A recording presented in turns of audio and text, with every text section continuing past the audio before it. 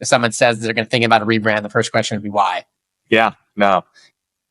It is the question, especially given how significant of a rebrand that it's been.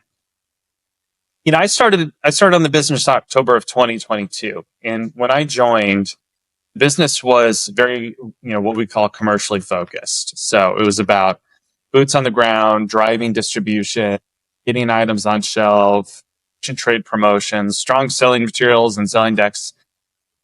There wasn't a lot of marketing. There wasn't much to drive awareness and trial. And by the way, that had been working for the business for some time.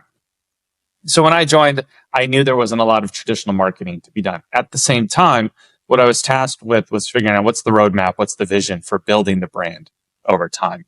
And when I came on board, we didn't really know a lot about the brand. We didn't have any metrics around brand health, brand awareness, brand preference. We didn't know our household penetration or repeat rate.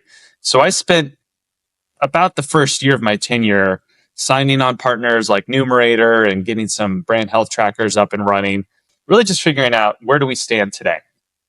And then after that, we said, okay, well, now knowing where some of our gaps are. So we were the 5th largest meat snack brand. Our aided awareness was the 10th in the category, 10th highest.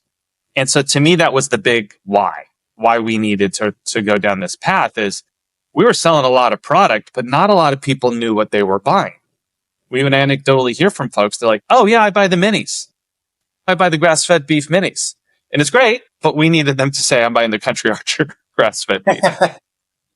And so looking at that brand awareness gap versus the size of our business, our household penetration really needed some juicing. We set out to learn, all right, who's our target market? What are the consumer segments within the category? And we did a really deep dive into that. It was about a 1,600 person quantitative survey, understanding folks' snacking needs, how meat snacks scratch some of those itches for them, their attitudes and behaviors around meat snacks and the various brands. And we identified 4 segments, of which we are targeting one primarily and another secondarily. And then we said, all right, now knowing that, how do we position ourselves? Because we didn't have a clear positioning statement either. And so out of that work, we said, all right, we're going to develop a brand positioning statement so we can tell our retail partners what's our right to exist. But then that'll frame up for consumers, why should you care? Who are we? Why should you care? Why should you come buy us?